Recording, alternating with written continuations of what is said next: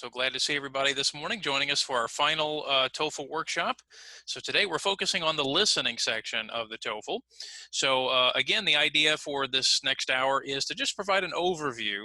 So in this case, we're going to look specifically at one type of listening activity on the test, but we're going to talk about all of the different kinds of experiences you're going to see on the listening section. So for example, there are in general two sections to the listening part of the test. There's what's called the conversations, and then there are what are called the academic lectures and conversations.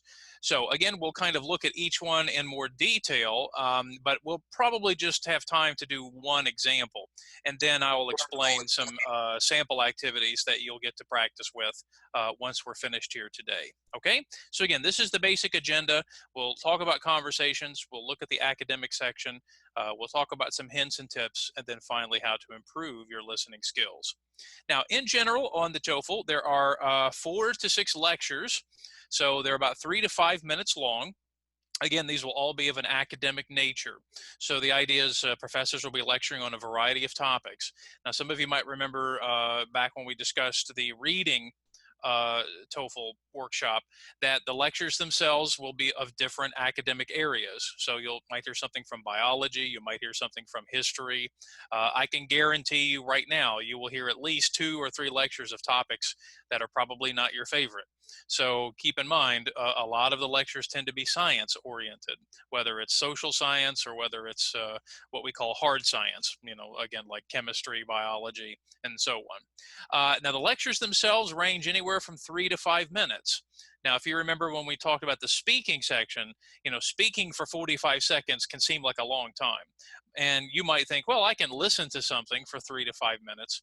But the truth is, listening to something without interruption for 3 to 5 minutes, that's actually pretty long. So again, that might be one of the challenges that you're going to see. Then when it comes to the conversations, most of the conversations will be between a student and somebody on campus, not between 2 students, at least normally not between 2 students. And then in general, if you notice the number of questions, generally with the lectures, you'll have about 6 questions per lecture. And generally with the conversation, you'll have about 5 questions per lecture. Now, if you'll notice, the listening section can last anywhere from 60 to 90 minutes. That is a long time. That is a lot of time spending listening.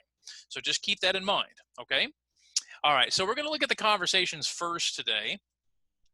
And part of that idea in thinking about the conversations, again, these conversations are going to reflect what's going on a campus. So some of you might remember in our last discussion, when we talked about the speaking section, we talked a little bit about what are the expectations of things on campus. Now, in the speaking section, it was usually between 2 students. But here, if you notice, the conversations are going to be a little different. They're usually between a student and some type of authority figure. So somebody who has some higher status on the campus. Now, generally, what you will see is that the student normally has some kind of problem or issue. So that's really what I want you to think about is when we're listening to a conversation, generally somebody has a problem and it's usually the student. So the thing is, that's kind of what happens on a college campus, right? So we normally have those kinds of interactions.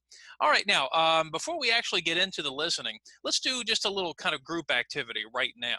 So what I want us to think about is, well, what are the kinds of interactions students have with these authority figures? So again, remember, it's not just going to be a student and a professor. It's going to be with all of the different types of authority figures we see on campus. So again, what I want us to think about here in our discussion, what kind of problems do you think these students would have and how these people would help them? So for example, with an advisor, like an academic advisor, now often that is a professor, but let's start with that one. Who can tell us what kinds of issues do you think an advisor might help a student with?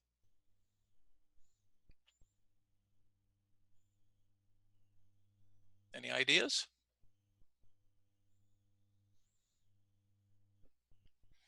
Maybe helping is the advisor. I thought he maybe would like give information about the start of the school year, kind of.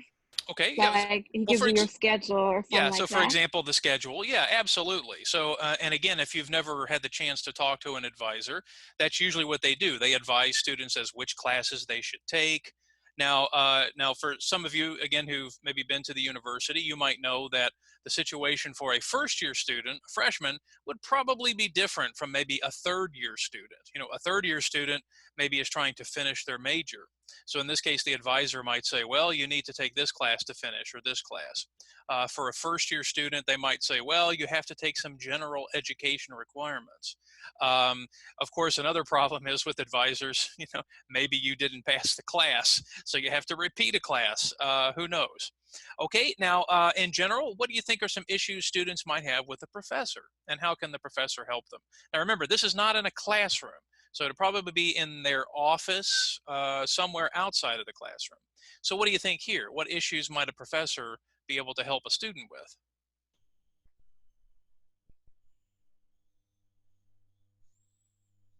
Any guesses?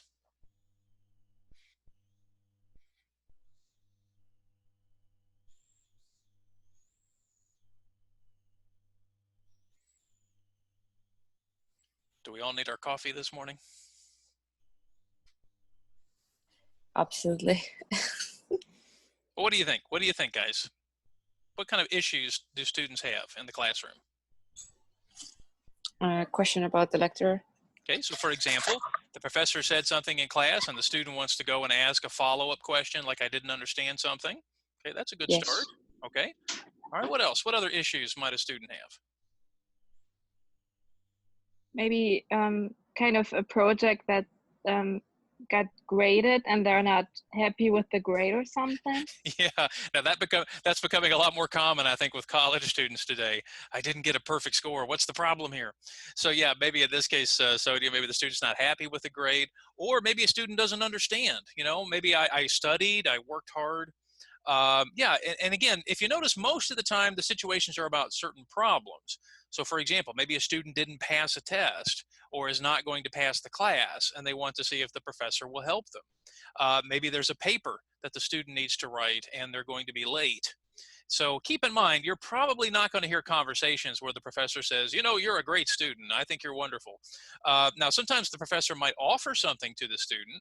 So for example, you might hear a situation where the professor says, I think you would be perfect for this particular intern position or internship. But again, most of the time they're problems. That's the idea. What kind of problems would students have that professors would help with? Okay, what about the next one? A registrar. What do you think, Saba? About the professor, I think sometimes there is a misunderstanding between a student and the professor. When he gives him, for example, C, because he didn't do homework. Okay. And the student did it, but the professor didn't have received the email. So the student can go to the professor and to explain him, and he can search and he can see that he's all right, he's good. So he can change the mark. Yeah. Okay. Yeah. Now I'll tell you something right now, Saba. I'm going to be honest with you. On the TOEFL, the professor never makes a mistake. So just remember that, okay? Yeah. Remember on the TOEFL, all of the authority figures. I thought usually like don't the make... other. I thought it's like other schools. So they know. Well, we know in reality professors make mistakes all the time, but the truth is not on the TOEFL. So just remember that, okay? All right. What about the registrar? First off, do you know what the registrar does at a college campus? Anybody know what a registrar? Maybe tuition. Yeah, tuition, payments. Did you pay for the class? Are you registered for those classes? Yeah. So in this case, Sonny, maybe the registrar, maybe the person is talking to the registrar because they want to register for a class or there was some problem with the payment. Okay. What about the last one, the librarian? Remember libraries? Maybe talking about a book that you had to get back to the library and you kind of lost it, or yeah, you're like 1 month due or something like that. Yeah, so for example, materials they checked out and didn't return. Or sometimes they're often conversations where the student wants to know more about how to do something at the library. Now, of course, keep in mind, some of the conversations that we hear might be a little old. You know, a lot of stuff we can do online now, but keep in mind, that's something the librarian might handle too. At many colleges, the librarian is also doing a lot of the online services, you know, to help with other resources on campus. Okay, well, so far, guys, we're starting to think in the right direction. The conversations the students are going to have are with these kinds of people. And again, they're not going to come in and ask questions about, hey, did you see the baseball game yesterday? No, they're not going to be those kinds of conversations. They're going to be conversations about what happens on campus. Okay, now, what I would like to do first is kind of talk a little bit about how those interactions work. And so we were joking a bit there, Saba, with that the professors never make mistakes. It's always the students. So that's something we need to discuss here. And this is our TOEFL tip for this workshop. And that is what we call stance. So everybody pay attention to that word stance and pay attention to what it means. So what does stance mean? Well, stance is referring to how both people see each other. So if we think about the difference in their status, that's what stance is talking about. Again, remember, at a university, the authority figures have kind of the power, right? They have the higher status. The students, on the other hand, do not. They have the lower status. So if you notice, in their dialogue, they'll often have certain things reflected in the kind of language that they use. So for example, when we think about what the student is going to say, well, again, in general, we know that students are of a lower status. So generally, they should probably be more polite, and they use what we call the language of deference. Deference means showing respect, showing that kind of respect to an authority figure. So for example, you might hear the student say things like this: excuse me, excuse me, professor, or I'm sorry to bother you, something like that. Often the student might ask a certain question such as, I was wondering if, you could help me. I was wondering if you had time. Would it be possible? So again, some of you might remember we talked about some of these words back in December. These kinds of types of pragmatic language where you want something from somebody. Would it be possible? And generally, if the authority figure says, do this, then the student will say, well, thanks, I'll do that. So that's the idea. The professor, the authority figure, is there to help the person. So in this case, the student might recognize, thank you so much for helping me. So again, we hear more of that kind of deferential, polite language, those kinds of requests that students are going to ask. Okay, now, as I said earlier, the professor, the higher status, whatever, they are never wrong. So in this case, they're going to use what we call more authoritative language.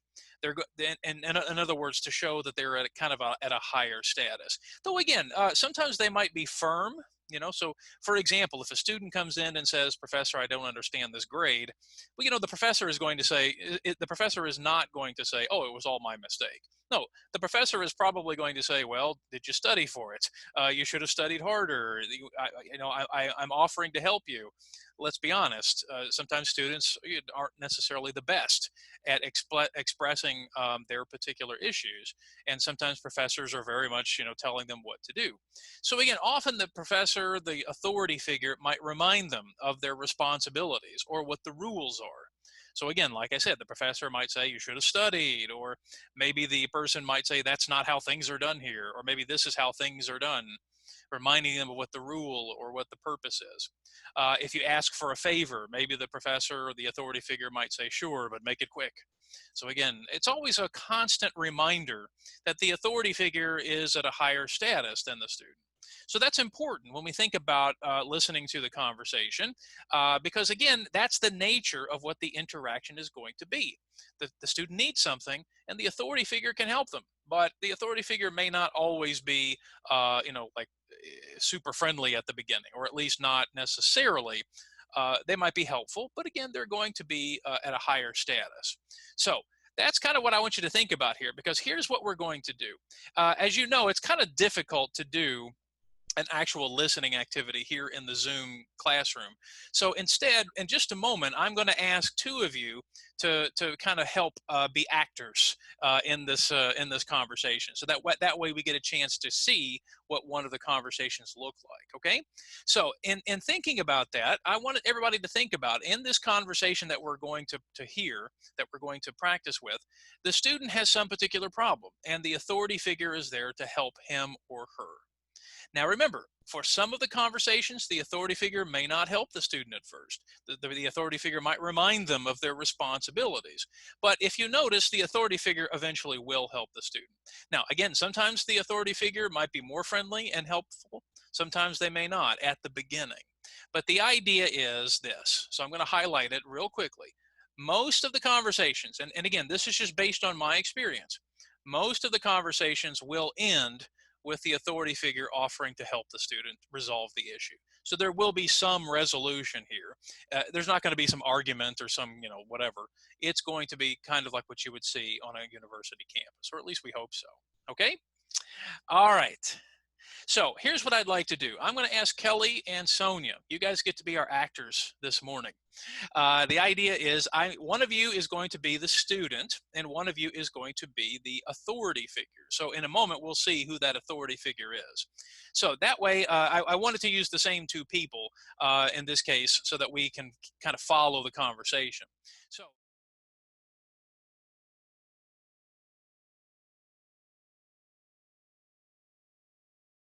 Hi, I'm new here. I couldn't come to the student orientation, and I'm wondering if you can give me a few quick pointers about the library. I'd really appreciate it. Sure, I'd be glad to. What's your major area of study? Latin American literature. Okay, well, over here's the section where we have language, literature, and the arts, and if you go downstairs, you'll find the history section. Generally, the students who concentrate in Latin American literature find themselves researching in the history section a lot. You're right. I'm a transfer student. I've already done a year at another university, so I know how the research can go. I've spent a lot of time in the history section. So how long can I borrow books for? Our loan period is a month. Oh, I should also mention that we have an interlibrary loan service if you need to get a hold of a book that's not in our library. There's a truck that runs between our library and a few other public and university libraries in the area. It comes around 3 times a week. Hey, that's great. At my last school, it could take a really long time to get the materials I needed. So when I had a project, I had to make a plan way in advance. This sounds much faster. Another thing I was wondering is there a place where I can bring my computer and hook it up? Sure, there's a whole area here on the main floor where you can bring a laptop and plug it in for power. But on top of that, we also have a connection for the internet at every seat. Nice, so I can do all the research I need to do right here in the library. I'll have all the resources, all the books and information I need right here in one place. Yep, that's the idea. I'm sure you'll need photocopiers too. They're down the hallway to your left. We have a system where you have to use a copy card, so you'll need to buy a card from the front desk. You insert it in the machine and you're ready to make copies. How much do you guys charge? 7 cents a copy. That's not too bad. Thanks. Where's the collection of rare books? Rare books are on the second floor. They're in a separate room where the temperature is controlled to preserve the old paper in them.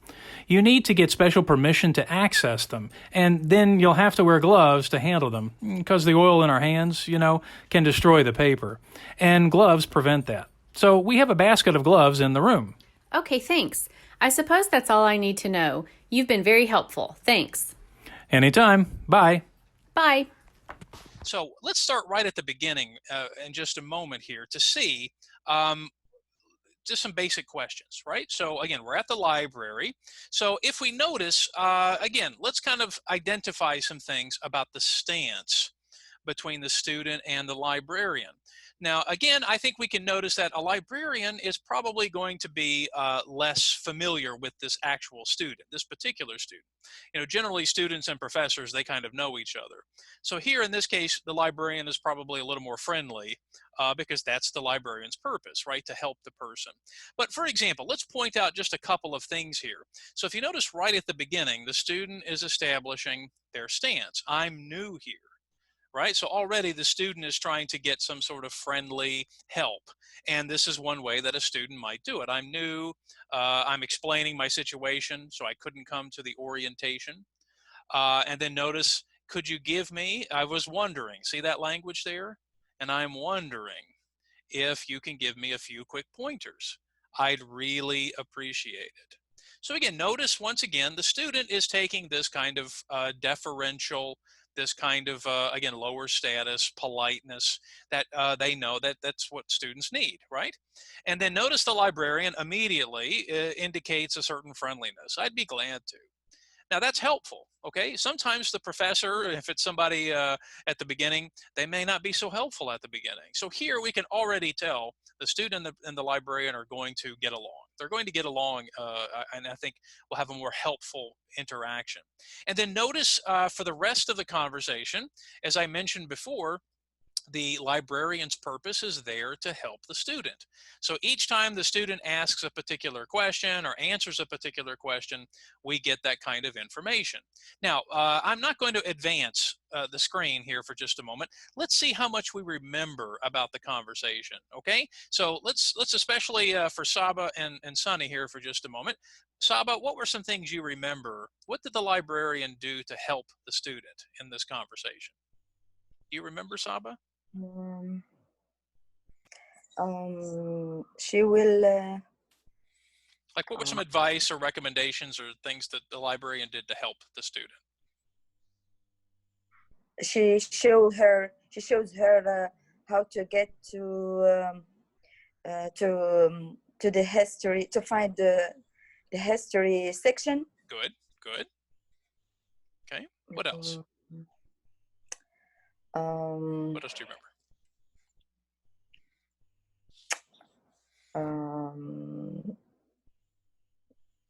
Really. Okay, well, let's see. Sunny, let's see if Sunny can help us here. Sunny, can you remember anything else from the conversation? The copy machine. Okay, so good. Yeah, how to use the copy machine. Okay. She gives her how much does it cost to have a copy, to do a copy. Right, good. It's 7 cents. Okay. I also I seem to recall something about the internet. Do you remember this? Yeah, go ahead. The provider Wi-Fi. Yeah, now of course they didn't mention Wi-Fi, but they did mention how to use the internet. Yeah, so there was a connection there. Okay, good. All right, Saba, Sunny, anything else you remember? That's it. That's it. Okay. Now, of course, I did not ask you guys to take notes. Certainly that is something you can do on the TOEFL, and that's something we'll talk about as we continue the presentation. But again, just to kind of flip through, if you notice, let's just highlight the specific things the student asked for. So again, in general, this is a library, so they mentioned about borrowing books, right? So of course the librarian answers that question, okay? Talking about the internet, so there, can I bring my computer? Okay, now of course, again, this conversation is a little old. Probably the conversation you would hear would be about using the Wi-Fi if they update the conversation, okay? So that was one thing they talked about. If I go to the next screen, notice they mentioned that, and then they mentioned all of the resources are here. And so, as you mentioned a moment ago there about photocopiers, okay, so there they are, and how much it costs. And by the way, how do they get to copy something? So Saba, you mentioned it costs 7 cents, but how do you actually get to copy something there? She should have a card. Exactly. Yeah, and that's pretty common. In fact, we do at Gateway too. If students want to make copies, they have to buy a card.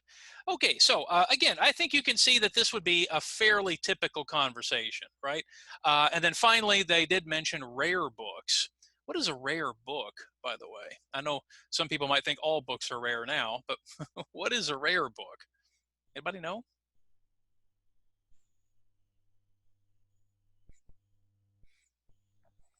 Maybe books that have just one copy, one example, kind of. You're getting close, yes. In fact, if you noticed, Sonia, right on the screen there, they mentioned about temperature, right? Yeah. Why do you think the temperature is so necessary for these books? Because the old books can fall apart if you touch them a lot. And yeah, there you go. So these books are really, really old, right? So not only are there only a few copies, but they're probably really old too. So in this case, yeah. Now, believe it or not, guys, I don't know if you know this, but in Covington, so in Kentucky here, Covington, the Covington Library there has a rare books collection. And so in this case, it's just like they explain. You have to have gloves. It's almost like you're going into a chemical situation because they want to preserve these things. So yeah, the old books, they want to make sure that you don't destroy them. Now, guys, I can guarantee that with the particular things we heard in this conversation, you are going to be asked questions on each of those. So that's kind of what I want us to think about here next. Now, again, we do not have time to look at all of the questions, so don't worry. At the end of our presentation, I'm going to show you how you can practice, do some actual practice for this part of the TOEFL. But what I'd like to do is just take a moment and let's talk about the general types of questions that we see. So again, we're starting with the conversations because I think at this point, most of us are kind of familiar now with what the content is. So again, on this part of the test, these are the types of questions you're going to see. So we have questions about the main idea. Now again, the main idea is covering all of the conversation. So let's not be confused because in just a moment, we're going to see an example of a main idea question.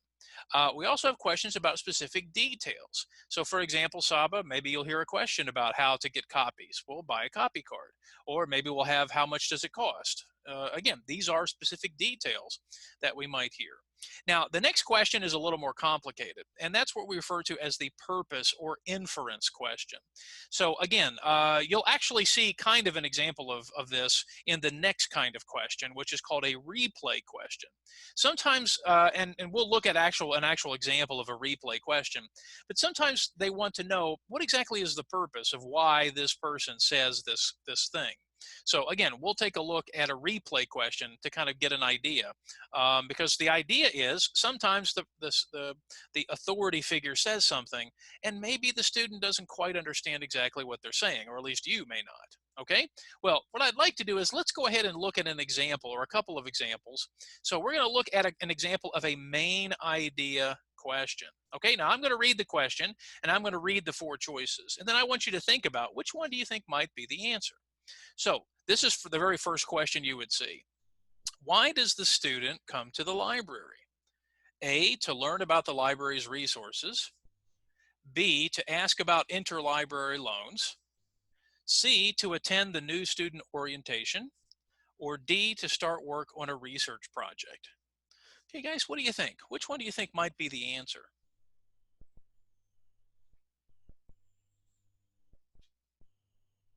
I think D. I think C. Okay, so I hear a vote for D, a vote for C. Okay, Sonia, Sunny, any guesses? C. So another I vote for thought C. about A because we couldn't go to the orientation or something like that. Okay. All right. Now, everybody, let's take a look at the question again. The question says, why does the student come to the library? So immediately we should recognize that this question is asking about the entire conversation, not just some specific detail of the conversation. So for example, if we look at question A or choice A, this one seems to be about the entire conversation because notice it says the library's resources. in the conversation, we heard lots of their different resources, right? How to use how to borrow books, how to use the copier, how to use the internet. So A looks like a pretty good choice. So let's keep A for just a moment, okay? Now let's continue with B. Now notice B says to ask about interlibrary loans. Now this is one of the tricks of the TOEFL. You see, choice B is a true statement. So in the conversation, the student did ask about or talk about interlibrary. In fact, it was the librarian that mentioned it. But here's the question to all of you. Is that what the main purpose is of the conversation? Did the student and their librarian only talk about interlibrary loans? Yes or no? No. Yeah, so in this case, B is a true statement, but it's not the whole conversation. So again, notice the question says why, not just for one specific purpose. So in this case, B, it actually would be a detail answer, not a main idea question. Okay, now some of you said letter C, but Sonia, repeat what you mentioned earlier about the student orientation. What did you say about the student? What did they say in the conversation? She said she couldn't go to the student orientation, so she wanted to ask a few questions, kind of. Yes, so in this case, notice letter C, how letter C is going to trick you. So in the conversation, the student did mention the student orientation. So that part of the choice is true. However, if you remember from the beginning of the conversation, the student said that they couldn't attend the new student orientation. So guys, don't be tricked. In this case, we don't hear that the student is saying, I'm here for the new student orientation. No, the student didn't say that. The student says, I couldn't come to the new student orientation. So in this case, letter C is actually just wrong. But remember, even the choice, half or some part of the information is true, or at least it was mentioned in the conversation. All right, and then letter D, okay? Now, somebody mentioned letter D as a possible answer. Now, this is where things get, again, kind of tricky for students, because I know many of us think about, well, why do I go to the library? Or what could be a purpose? What could be a possible purpose for why the student comes to the library? So again, this is my advice to everybody here. D might be a possible answer. Yeah, it is in real life. That's why a lot of students go to the library. But here's a question for everybody. Did the student actually mention a specific research project that they were going to start or that they were going to work on? Did the student actually mention that? No. Yeah, no. Now, is it possible that students use the library for research? Yes. Of course. So keep in mind, guys, that's where the TOEFL loves to trick you. They know that students would think, oh, this seems like a good possibility. Well, that's why I would go to the library. But remember, the answer is always going to cover what is mentioned in the conversation. So again, letter D cannot be the answer only because it wasn't actually mentioned. Now, obviously, research is what you can do at the library. But in this case, A makes the most sense. It covers everything that the student was talking about. So again, letter A gives us more in what the main purpose is. Okay, so again, this is what we would call a main idea question. But again, notice the tricks. Many of the things, even in the wrong answer choices, they actually mention some of the words in the conversation. So again, the librarian mentioned interlibrary. We did hear the word research. We did hear student orientation. So again, notice how the TOEFL is going to try to trick you. They're going to mention these words, even though those were not the correct answers. Okay, now let's go ahead and move on to the last question, which is called the replay question. Okay, now again, replay is basically where the test will play a very small part of the conversation again. Now, in my experience, it's usually the authority figure. The authority figure says something to the student. And again, guys, think about yourself when you're talking to Americans. you're talking to English speakers, sometimes they say something and you really don't understand, well, what do you mean? What was your purpose? So maybe you just laugh and they laugh too. So again, that's where the confusion can come from, is not from the student, usually from the authority figure. Now, I don't know, I know some of you were here back in November and December. I think, Sonia, you were in our program back then. Some of you might remember we talked a little bit about pragmatics, right? Do you guys remember that? I'm sure you've memorized it, studied it, right? Yeah. Of course, Sure. okay. But if you remember, when I was sharing this back in December and November, pragmatics is basically identifying what does the person really mean. When a person says something, what do they really mean? So that's why, for example, if somebody offers you something to drink, right, and they say, "You thirsty?" So, for example, if I say, "You thirsty?" what do I really mean when I say that?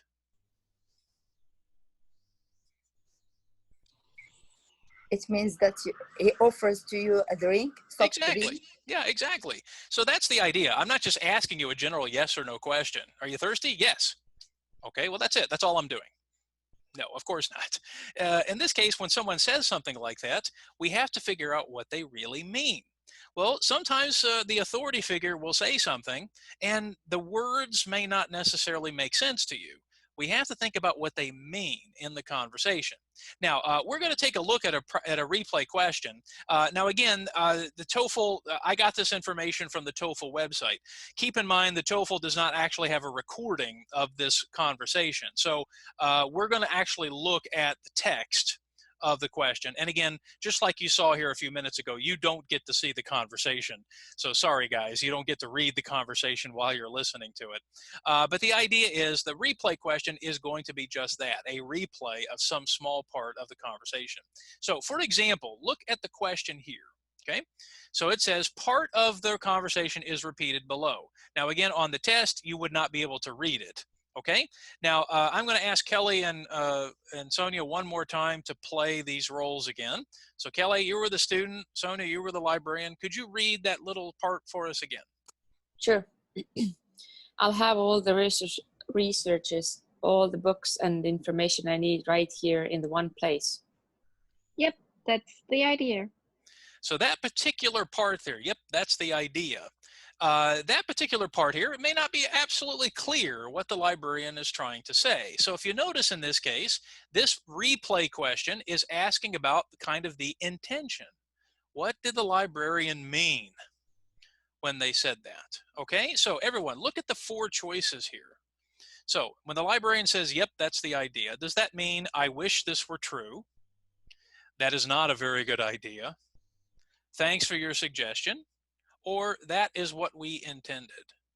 D. Okay, so I hear a vote D. for D. Okay, so other people voted for D too. Okay. All right, well, you are correct. So now, again, I think you guys were able to pick up on that pretty quickly. But again, as you know, keep in mind, we were reading the conversation kind of quickly, but on the test, it's going fast, and you're not necessarily able to write down or see anything. But that's what I wanted to show you is, once again, the replay question is going to ask about the purpose or the intention of what the person is trying to say.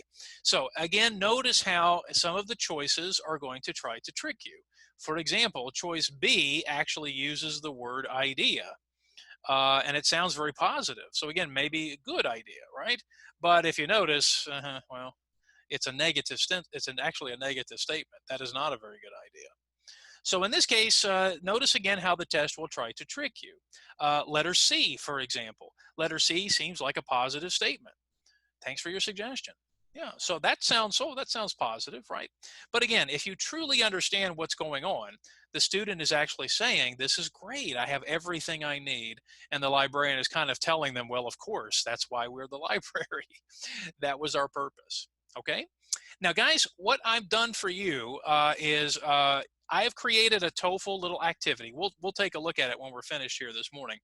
And what I have done is I've actually included some actual samples from the information that ETS gives us. So this conversation that we heard between the librarian and the student, you will get to hear the conversation again in this activity, and you'll actually see questions. So we've already looked at question 1 and question 5, but the idea is I wanted to give you an opportunity to practice a little bit more outside of this time, because again, we don't have enough time in our hour. So now keep in mind, it's not expected, it's not required of you to do the activity, but I'm going to put it in the Google Classroom to make it available to you so that you get a chance to see what it's really like. Okay? Okay, now let's go ahead and move on. So for the last 15 minutes or so, we're just going to talk a little bit about the academic lectures and conversations.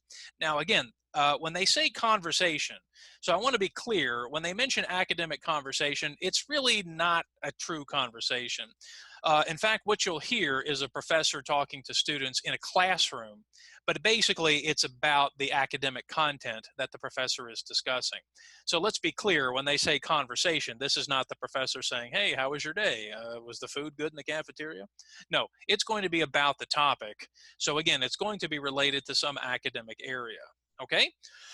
Excuse me. So let's kind of review a couple of things. So the academic lectures and conversations are basically the same idea. So that's what I said. They're not really that different from each other, with the professor discussing a specific academic topic in a freshman level course. So keep in mind, the TOEFL is focusing on information at the freshman level. Keep in mind, freshman is the first year of the university. Now, if the professor is not taking questions, that's probably the lecture. So if you don't hear a student asking questions, then it's probably the lecture. Or if they're talking to students, in this case, that would be the conversation. But it's really mostly the same thing. So now keep in mind that you're not going to be listening to a full lecture. A full lecture, of course, would be 30 minutes, 45 minutes, an hour. Some of you may have been in the university where you had professors who loved to talk and talk and talk. I had a professor, I remember my freshman year, the professor would walk into the room, open his notes. This was amazing. He would open his notes and then never look at them, and would basically lecture for 90 straight minutes. 90 minutes. No break, nothing. Oh my gosh. Yes. And of course, if you could see the classroom, now guys, this was long before computers and all that stuff, but if you could see the classroom, we all looked like we were copiers. I mean, we were just furiously writing and writing and writing.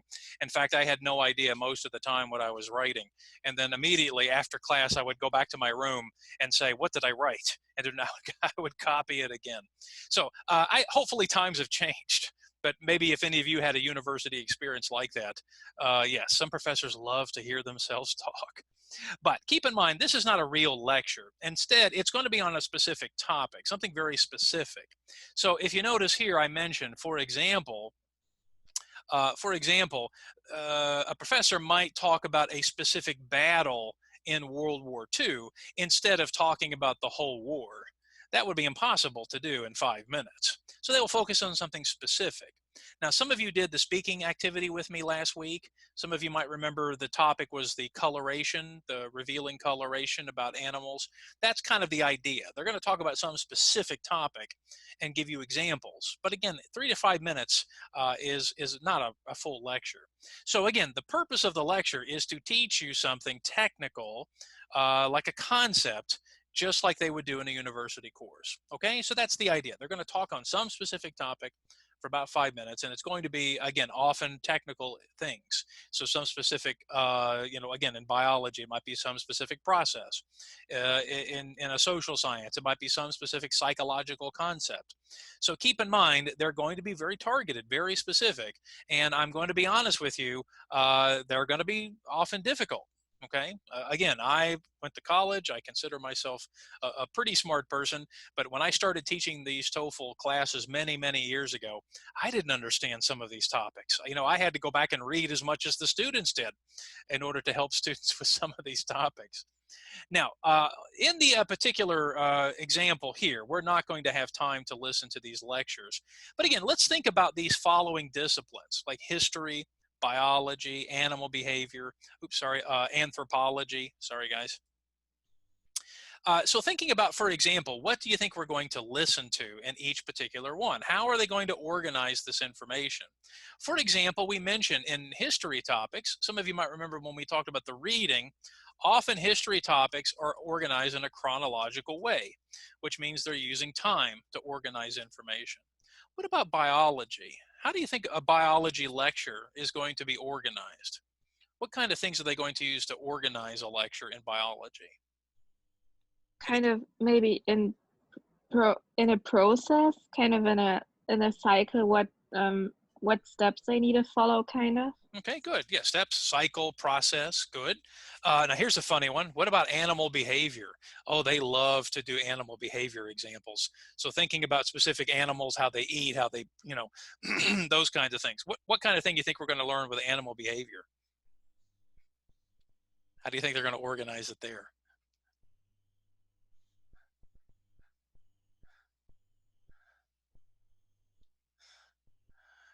Nobody has any animals.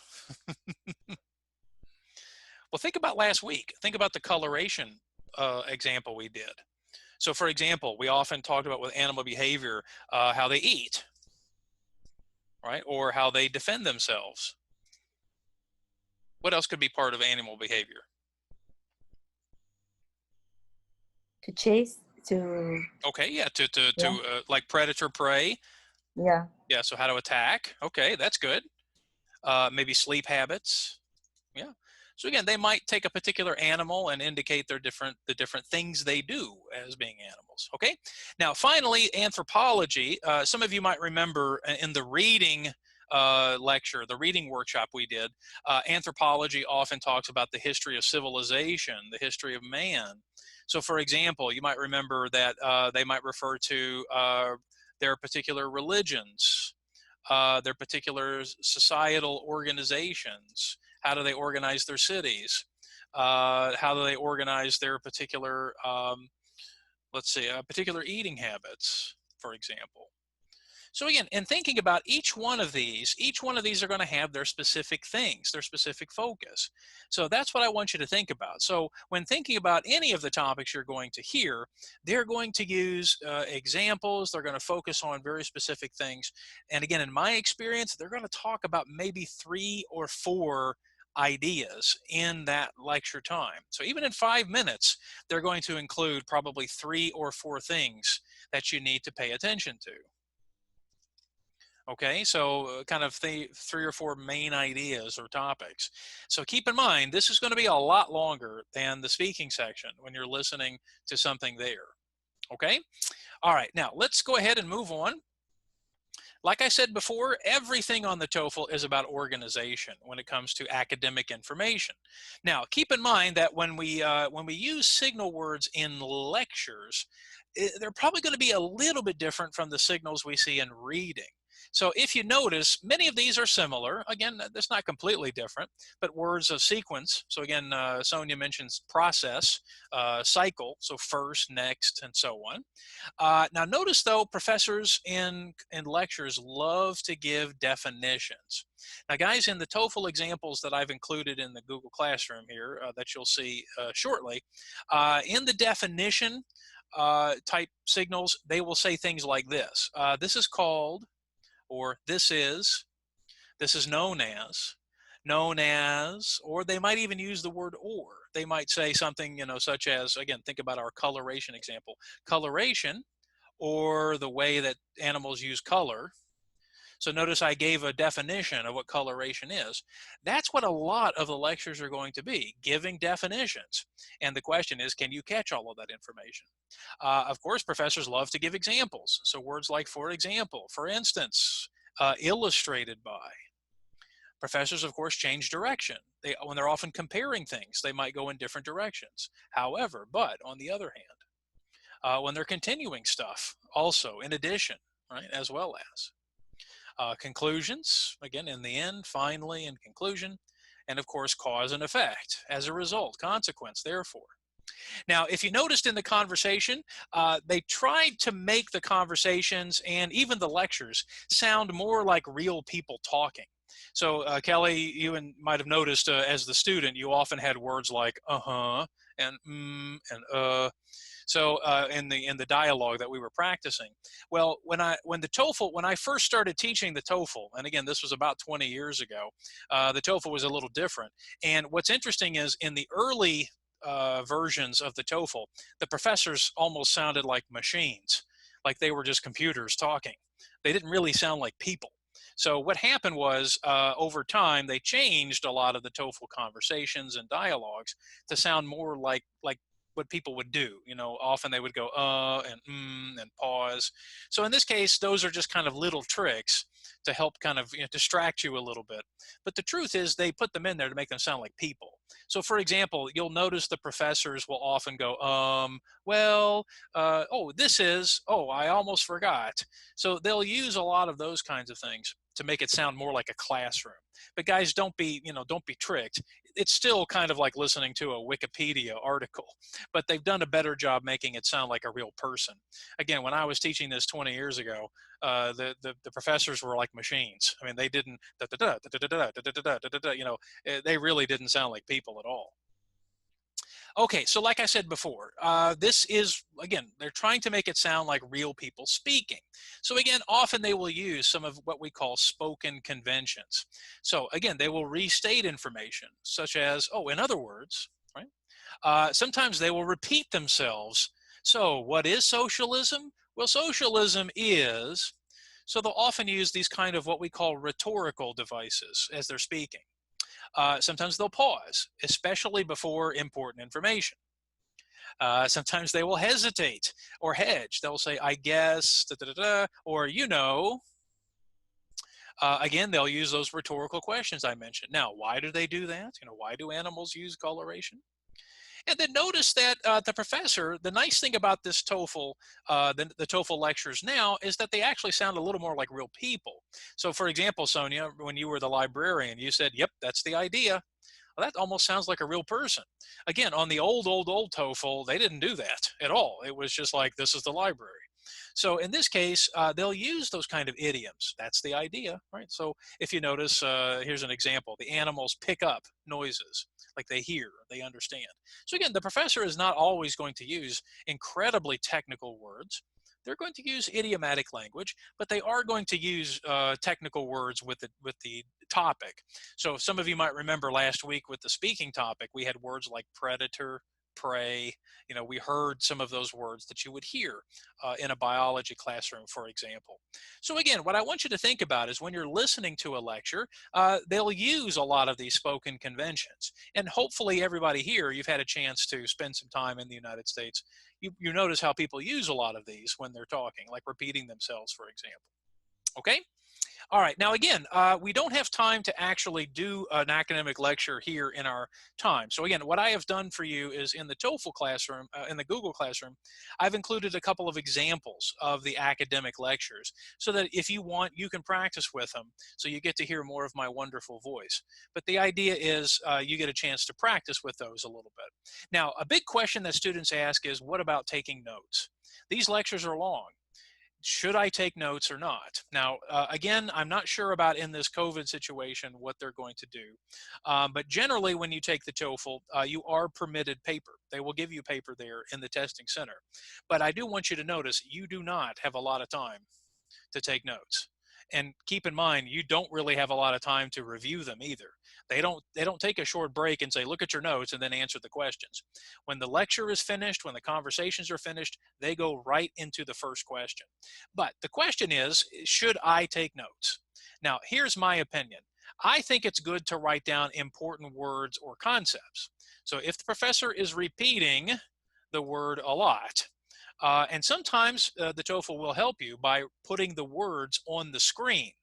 That's a big difference between that and the old TOEFL. On the old TOEFL, they didn't show you anything except a picture of the professor.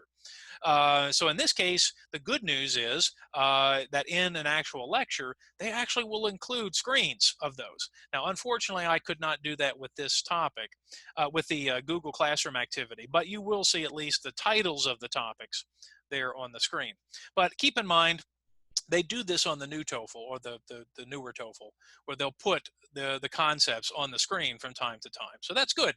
Pay attention to those. If they say those words on the screen, you probably should write it down. And then notice in the actual conversation, when a student asks a question during that conversation, pay attention. Because if the student is asking a question, that is a signal that the TOEFL is telling you, you need to know this. So anytime a student asks a question in the lecture, you better write it down or at least pay attention to what the student is asking. Because if the student is asking it, you have to pay attention to it. All right, guys, we're almost finished here for this morning. So again, let's talk a little bit about, let's talk about the types of questions you're going to see for the lecture. Now, if you notice, the questions themselves are very similar to what we saw in the conversation. You have questions about the main idea, which is usually the first question. So that's good news here, guys. Questions about the details. So again, the specific details that the professor might be mentioning. My opinion is that's where students often really struggle, because again, the professor is giving lots of information in those 3 to 5 minutes. The purpose or inference. So again, what's the professor's purpose for saying something? So again, thinking about what the librarian, when the librarian said something. Organizing information or connecting information. So for example, in the Google Classroom, you will see a question where you have to put information in order. So one of the parts of the new TOEFL is that often you have to categorize information, and you'll have to put information inside of a chart or a box. Now you'll see an example of this in the Google Classroom. I will also include the speaking set from the TOEFL website, so that way you can spend some more time. But again, you will also see examples of what's called the replay question, where they will replay part of the lecture. You have to listen to it again and then try to choose what the professor is trying to say. Now, again, I have included everything in the Google Classroom for you to practice with. So in the Google Classroom, I'm going to post sample questions, not only for that conversation that we practiced, but also for a couple of academic lectures. So again, your wonderful teacher here put together a couple of those for you. So again, you'll get to hear my beautiful voice a little bit more. But the idea is these are actual questions from the TOEFL. So you'll get a chance to actually see what kind of questions they are. And the good news is you'll be able to see your results immediately. So you won't have to wait for me to say anything. So I will have the activity posted. I might even have it posted this afternoon if you're interested. And again, I'll leave it up. I'm not going to take it down. I'll leave it up for a long time. So in case you want to go back and listen to it again, and keep in mind with the Google Classroom activity, you can listen to the audio many times. You can't do that on the TOEFL, of course, but if that would help you, you certainly are welcome to replay the video or replay the audio over and over again. Okay, guys, the final couple of minutes here, I just want to kind of review a couple of things and then we are finished. So again, remember, you'll hear everything only once, except for the replay question. The replay question will be played again so that you can hear that. So here's my advice to everybody practicing at home. If you are serious about taking the TOEFL, so again, I know some of you have talked to me about taking the test. Here's my advice. Nobody in this group right now is ready to take the TOEFL tomorrow. So my advice is, if you are going to practice for the test, it's okay to listen to the lecture a few times. Okay, you're trying to get familiar with how it works. So my advice to you is, it's okay to repeat the listening a few times. That's okay. Now, here's my advice though. As you keep practicing and you get better at adjusting to the speed of the speakers and to the information, then my advice is limit the number of times you listen. And in fact, as you get closer to the real test date, my advice is you want to be just like the real test, which means you probably should play the lecture only once. Okay? But guys, at the beginning, it's not fair to have you try to catch everything at the beginning. None of you is ready to do that right now.